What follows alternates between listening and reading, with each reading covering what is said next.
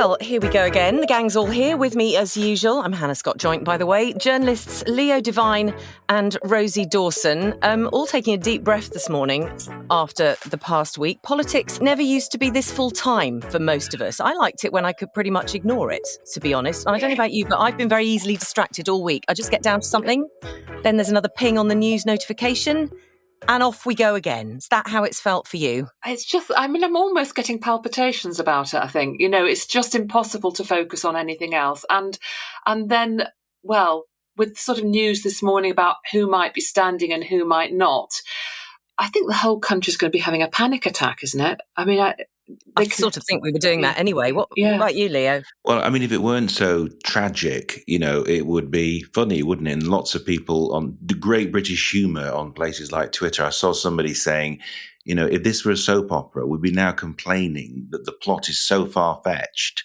that we wouldn't actually believe it. Yeah. You know, they need to kind of tone it down a bit, but it is true.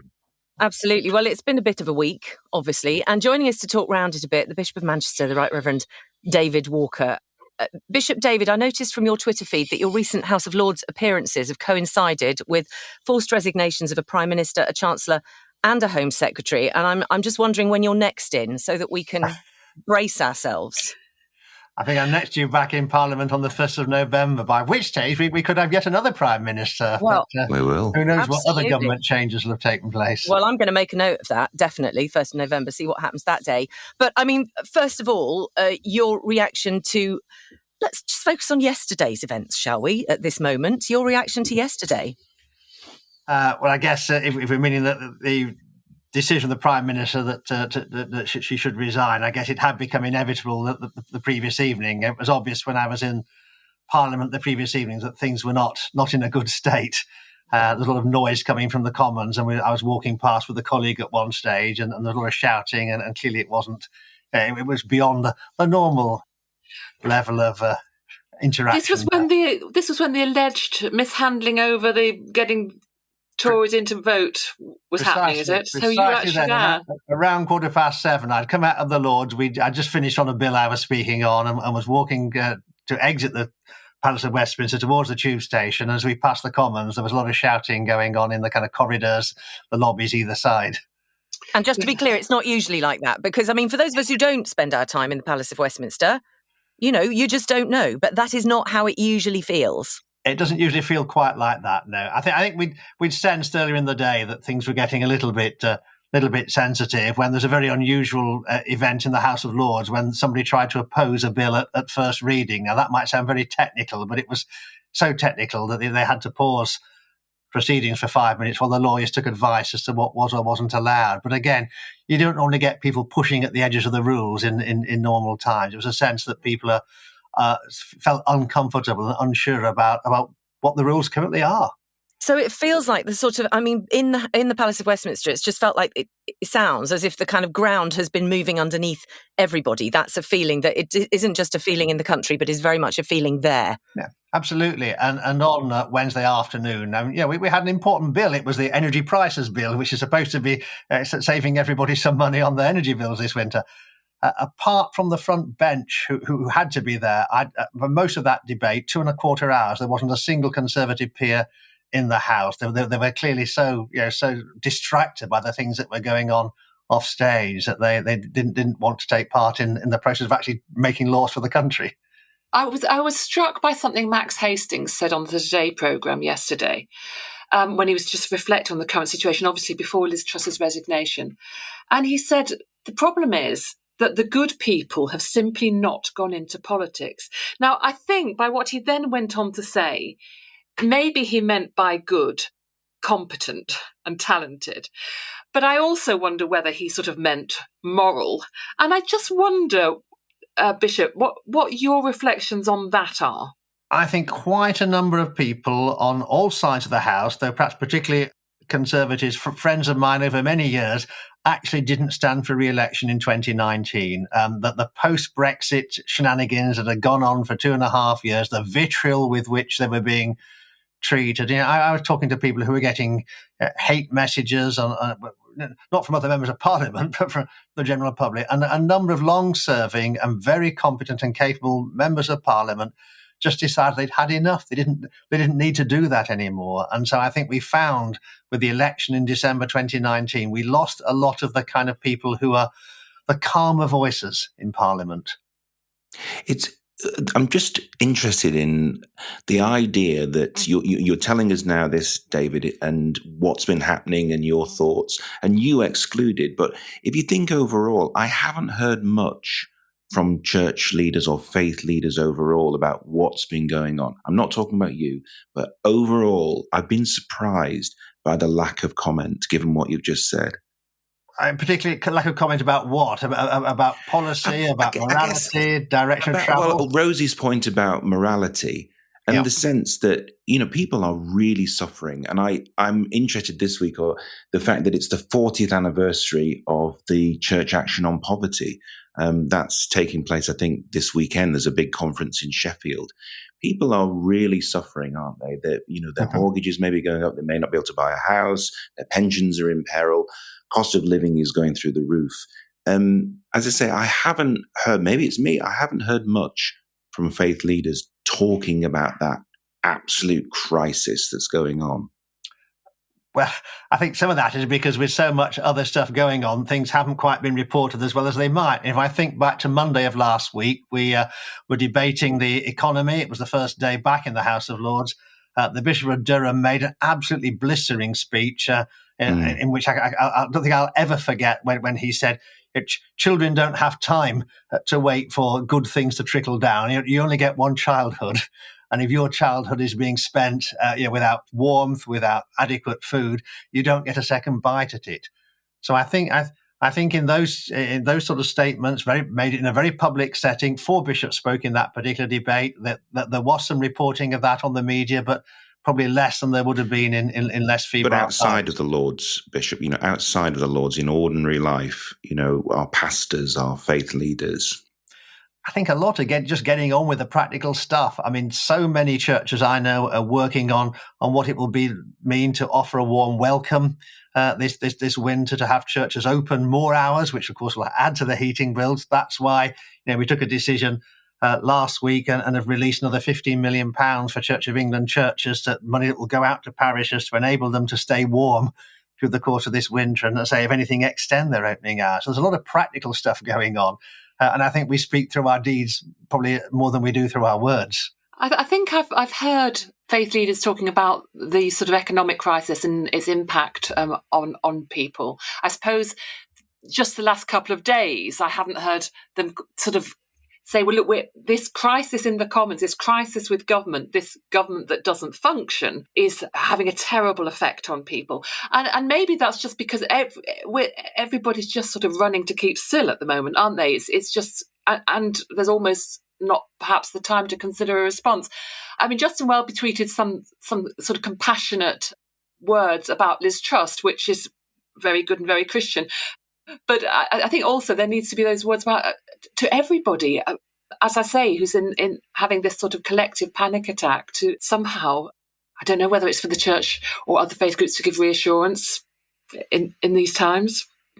And what we can do as the church, we're often able to respond practically and quickly, and more quickly than perhaps the public sector is often able to do. And I think there is such a focus on that at the moment. I think also this last few days, there's been a sense of the Conservative Party had to sort this out for itself, and actually others interfering would simply have made matters worse. And not to mention that unless you were a Conservative MP in the central lobby, you probably weren't getting an awful lot of media attention by Wednesday evening. That was where the focus was on as the crisis was reaching its culmination. I think we do now need to think. I mean, clearly the Conservative Party has got some important decisions to take, and I think it's for me it's really vital that when they pick a new leader, that it's somebody who can give a moral lead as well as a practical lead. Who do you think that should be, Bishop? You are me, Hannah. I know, but I've got to ask. I don't think I can say who it should be. I mean, I don't know the characters well enough. Part of the challenge at the moment, of course, is that with all the changes in 2019, with the fact that we've now had 2 prime ministers who largely have surrounded themselves in cabinet by people who think the same as they do, we've lost a lot of that kind of the gravitas, a lot of the weight of the people who are the big beasts out there who might be called upon to do this. And frankly, it's harder to say that now, which is probably why Liz Truss lasted a few days longer than she might otherwise have done, because they were struggling to think, well, where do we go? We know what we don't want her anymore, but who do we? We want Boris back? Good gracious, that will be an interesting moral decision. Well, sorry, I just want to come in again on that quickly. So, okay, I get that you can't say a name, but from where you sit, what qualities should somebody have to be in that position, to lead this country? Yeah. Tell us that. Well, I think it has to be somebody who is keen to unite rather than divide. I mean, I put something on Twitter yesterday saying what we do not need is as an ideologue. We've just tried that now. We tried letting the ideologues having their way, and even the markets, who you'd think would normally support the Conservative Party, had enough of it. So it can't be it needs to be a pragmatist. It needs to be somebody who can reach out and try and create a broader consensus, try and unite society at this present time. But it needs to be somebody who can give a moral lead as well. And I think when you hear the potential of the last Prime Minister coming back, I think that does give me the chills.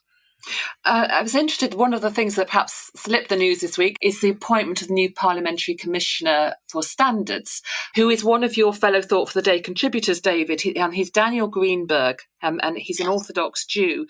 And his sponsors for the job, there were 21 applicants and he got it, were Chris Bryant and Charles Walker, who were at the centre of events on Wednesday.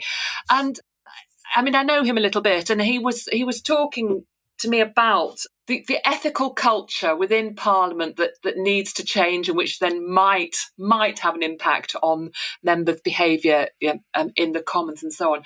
So, I mean, I'm just wondering, and the importance of rules, the actual importance of codes, which everybody understands, so that we're not all confused about what can happen and what can't, and people do know whether or not this is a 3-line whip or not a 3-line whip when they go into the House. But I mean, I just wonder how his job might help. I mean, did the last Commissioner of Standards, did that help with anything?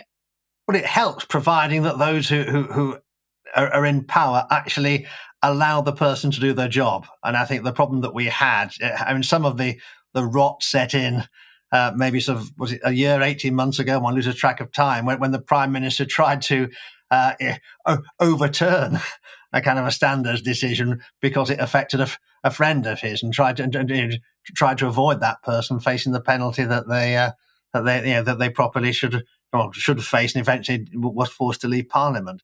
I think if you have Prime Ministers undermining that kind of standards regime, then the whole thing becomes untenable. So I think we do need a strong person in the standards position, but then we need Prime Ministers to be prepared to back them and to recognise that person needs to be allowed to make decisions, and those decisions need to be accepted by the House, and thus be no kind of political interference with the standards work.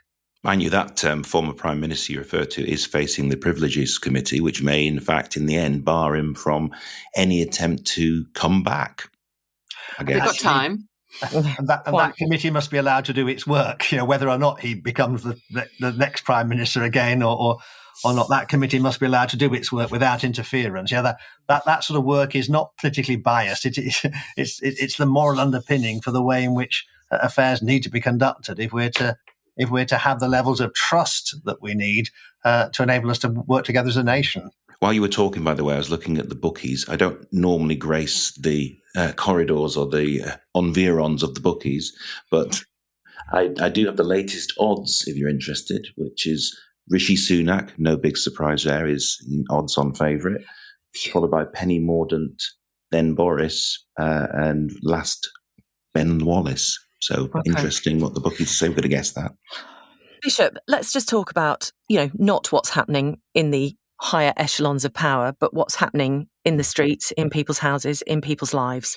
Because, I mean, the Archbishop of York said, I'm not a politician, I'm not an economist, I'm a pastor, and talked about what he is seeing. What are you seeing and feeling from people? Well, we're seeing, I think, for the first time, we're seeing food banks with not enough food to go round. On the whole, in the past, food banks have had enough supplies. I think we're beginning to see now a shortage of supplies for food banks, which is partly the fact that the supermarkets have got less stuff that they're handing on to the food banks. A lot of stuff comes into them through kind of, when the supermarket got a surplus or something, but also just increases demand. I think we're seeing that already. It's a bit mild out there in Manchester. I don't know what it's like where everybody else is, but once we see the weather turning significantly colder, I think we will see people who are really struggling to stay warm. And I do fear, we know in the past that the propensity of older people, particularly, to not put their heating on and to sit at home in the cold, and the impact that has on health and well-being. I do fear for that, and that's why I say we're trying to work so quickly as churches to at least put some kind of sticking plasters in place. We can't solve the problems, but if we can help buy people a little bit of time, and then government will have to come in and resolve these problems, because they're across the whole nation. I mean, there is a real fear, isn't it, about people's mental health as well, because these practical issues affect people's mental health enormously. And mental health has already been hit hard by COVID lockdowns. We know that mental health of young people in particular there. But so yes, another major hit to mental health isn't something that we can readily afford. I do a lot of work with Greater Manchester Police. I chair their Independent Ethics Committee, and we were looking recently at the increasing use of mental health workers to go out with police officers, because so many incidents that police officers called to attend are actually about mental health. They're not really about criminality. And the last thing we want to do with people who've got mental health difficulties is to criminalise them. But the more mental health problems you've got, the more risk that then that gets drawn into the area of law enforcement, which isn't good for any of us. To your point earlier, Bishop, I was talking about maybe the lack of talk from faith leaders about the situation, but your point about faith in action. I visited a food bank recently. I mean, I don't know how many thousands of food banks there are across the country now, but if it weren't for people of faith, this is the point, isn't it? There would not be the soup kitchens. There would not be the food banks. It is often people of faith who are manning those areas where people can come for help. That's true, isn't it? It is, and that's partly because actually your faith is an inspiration to do that. But I think also it's quite demanding work, and your faith is what sustains you when you're doing it. And I think I've even found people who might not have a very, very deep religious faith, they get involved in some practical project alongside churchgoers or whatever faith it may be, and then they're drawn deeper into thinking about their own faith. They feel that they discover that they actually need to pray a little bit if they're working on the food bank, or they're working with the night shelter, or they're working in whatever project it may be, street pastors. But it's also, isn't it, I'm just a bit worried about suggesting that it's mainly people of faith who get involved in this. That faith groups have got the infrastructure to sort of offer facilities which then other people also get involved with, I think, isn't it? I mean, that's true of our local food bank. It operates from our local church, and piles of people who would never otherwise darken the door of the church come in and volunteer and support. When I found, when I was a young parish priest, it kind of struck me, it was around the time of the Faith in the City report, and it struck me there were three things that kind of churches have at a very local level. They have usually a professional person, a vicar. They may be stipendiary or non-stipendiary nowadays, but there is somebody there who has the cure of souls in that parish, or a minister of another denomination, or leader of another faith. They've got buildings in that locality, and they've got kind of what you might call democratic structure. I mean, there's a lot of malignment of the parochial church council, but actually those are really local, democratic, volunteer-led structures are actually really important to delivery of services at that local level. That's what allows you to move quickly to meet social need. That mix of the professional person who's got time to lead, those volunteers who are willing to be on committees and make decisions, and the physical plant, the actual buildings that we've got on the ground. Right, thank you for that. I just wonder whether we can move on to the sort of other story, which would have probably been the lead yesterday if Liz Truss hadn't resigned, which was the publication of the inquiry into sex abuse chaired by Alexa Jay. Now, I don't know if it's fair to ask you too much about that, Bishop, but we will do. Well, I had to give evidence before the committee. There we go. So I met Alexa, and Okay, so can you give a very brief response to what you see as the key recommendations and their significance? Yeah, okay. Well, obviously, yesterday builds on all the recommendations that have come before, and yesterday was very much a kind of the final report from ICSA. There have been more specific ones on churches and faith groups and residential schools and local government in the past. So this was a kind of a roundup one. So it was looking more at cross-cutting issues rather than ones that are particular. I think the key issue around it is around mandatory reporting. So what does it mean to say that somebody who works within a particular organisation, either paid or as a volunteer, would have a duty in law to report if they felt that a child was at risk of sexual abuse. And remember, this is about child sexual abuse. It's not about safeguarding in general. You know, the letters in ICSA's name stand for something. But where you feel that a child is potentially at risk, what would be the way of making a mandatory requirement there? And how? And for churches particularly, the question is, particularly in the Roman Catholic, but some extent Anglican tradition as well, what does that do to the seal of the confessional? And what does it do to the seal of the confessional? Because I know the House of Bishops, they've got a working party, haven't they, looking at that question? And obviously this is a big question for the Catholic Church, but for Anglicans, what is the issue there around the confessional? Well, although the confessional is nothing as widely used in Anglican as in Roman Catholic circles, it is part of quite a number of people's spiritual practice. Quite a number of clergy will be used to hearing confessions, and so they're going to be worried about, well, at what level does something become a matter that would require to be mandatorily reported, and what would happen to them if they decided, well, no, the seal of the confessional is the seal, and I'm not going to report this. But I think for me, one of the interesting things is, I'm quite a pragmatist about this. I want a regime that exposes children who are being sexually exploited.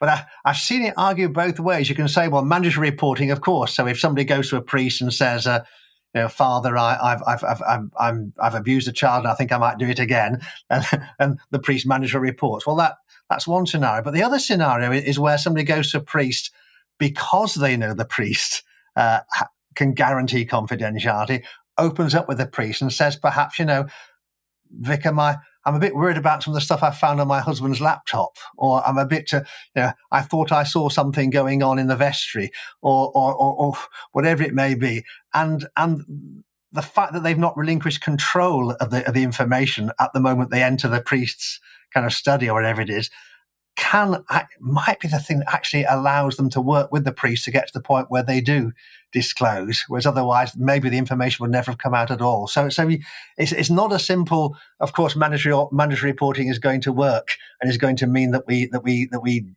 expose more abusers. I think it's a more nuanced kind of debate. What for me matters is how do we stop abuse, and then how do we get abuse reported, and what's the best? Yeah, and I mean, in the past, the problem has been that it has been a kind of, I think it actually said though, the church has been a place where abusers could hide. So anything that actually involves somebody talking to a priest and a priest saying, well, let's help you to sort this out, if it stays in that environment, in that closed environment, then we're back where we started, aren't we?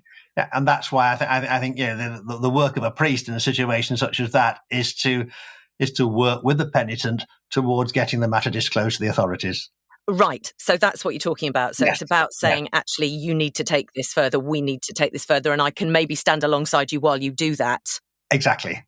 I guess, though, that the central recommendation of ICSA is that it becomes a criminal offence. And I suppose that's where it gets very difficult, doesn't it? You could be opening yourself up to a prosecution. But some people, some solicitors in particular, are thinking that the criminal sanctions are not strong enough, so that they apply in certain cases, but not enough in their view. So it applies if you would face a criminal penalty if a child had directly disclosed to you, or a perpetrator had directly disclosed to you, or you had witnessed some abuse, but not in other circumstances. And they're saying that just won't catch a lot of the serious failure to report, because it's very sort of limited. I mean, just some other thoughts on the report, Bishop. I mean, it was 450 pages long. And I was talking to a survivor who said that, one of the things she was really heartened by was that the first 120 were given to survivors' voices. So under, various headings, I spoke up and no one listened. I only needed one person to listen. I was sexually abused. So, I think the positive feeling among some survivors is that they've been heard. Whether they feel that will enable them to be better heard within the churches remains to be seen, I think. Yeah. I guess that's been the big culture change in recent years, is a recognition that the voice of the survivor has to be at the centre of things. That doesn't mean that everything every survivor says or asks for is simply taken as undeniable and absolute. But it is saying that is at the centre. In the same way as the work I do around homelessness, we've learned in recent years that you actually have to put the voice of the person who's experienced homelessness at the centre. If those people are not in the room, then the old phrase, isn't there? No talking about us without us. And I think the danger is that you end up, if you don't have people in the room and in voice and in some power, you just end up talking about people. Mm-hmm. Just to go back to the politics issue and the cost of living issue, as bishops, you've spoken effectively and clearly with one voice on refugees. Do you think it's possible that you can, provide a really united front and appeal to the government about the cost of living crisis and what people are going through and what people are facing in the same way you have done about refugees, and really be very loud about it and very clear and very united about it?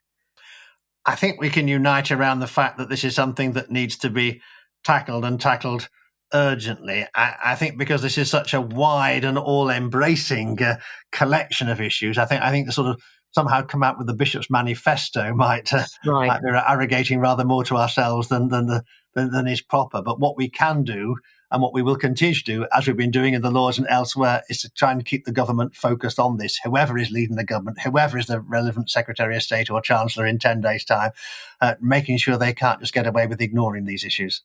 Okay. Right, Reverend David Walker, we're really grateful you joined us. Thank you so much. Thank you. A pleasure. Thank you. So we're nearly at the end of our podcast. Leo, have you got any little stories for us to finish things off this morning? To lighten the load, if you would.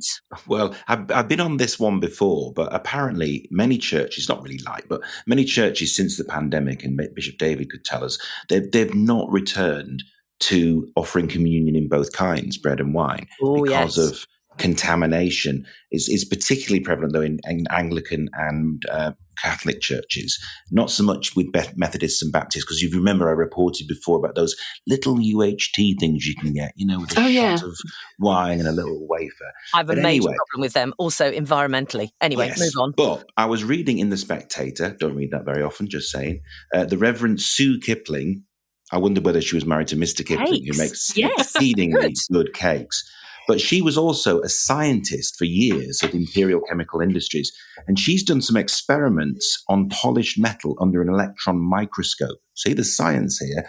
And she says if you're using precious metal, which you should use, shouldn't you, Bishop, in silver and gold, apparently if you give it a little wipe, like you see in churches with the holy hanky, because normally it's rotated, isn't it? And you get a sip. Yes. Apparently gold and silver, it completely loses any contamination.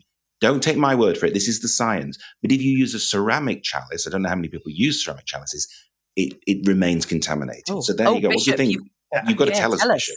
Yeah, I was asking, actually, the Church's national officers around this issue a few months ago, and they dug out an old piece of research, nothing to do with COVID, but going back to earlier periods of risk of infection. And exactly that same was said there. If you're using alcoholic wine, and that's important as well. It doesn't work so well with non-alcoholic. Using alcoholic wine and precious metal, but actually the risks of infection are much, much lower. And most of my churches, most people are now taking communion in both kinds. Some are choosing not to, but most are. But if it's grape juice, there's a greater risk of infection. Yeah, because we've been using alcohol all these last 2.5 years, haven't we, to try and kill off the virus? And alcohol, even at the lower intensities, it's in wine compared with the stuff we've been squirting on our hands. It still has that antiseptic effect. That's why it's used as such. And so that combination of alcohol and precious metal does seem to reduce the risk. I'm not going to say it eliminates it, but I'm saying it does reduce it. Believe the science. That's what we think. Well, that's fantastic. And you've been tremendously useful on that too, Bishop. Excellent. That is this week's Religion Media Centre podcast. Do let us know what you think and share it widely, please. But for now, from Leo, Rosie and myself, thanks for spending some time with us. We'll be back next Friday. Bye for now.